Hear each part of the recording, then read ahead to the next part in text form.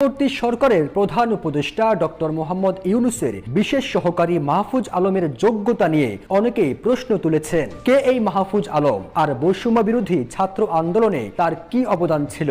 কিন্তু আপনি কি জানেন, বৈষম্য বিরোধী ছাত্র আন্দোলনে প্রধান মাস্টার মাইন্ড এই মাহফুজ আলম। বেকায়দায় পড়ার পর থেকে হাসিনা সরকার তাকে খুঁজছিল, কিন্তু খোঁজ বের করতে পারেনি, এমনকি নামটাও পর্যন্ত বের করতে পারেনি সব গোয়েন্দা সংস্থা মিলে।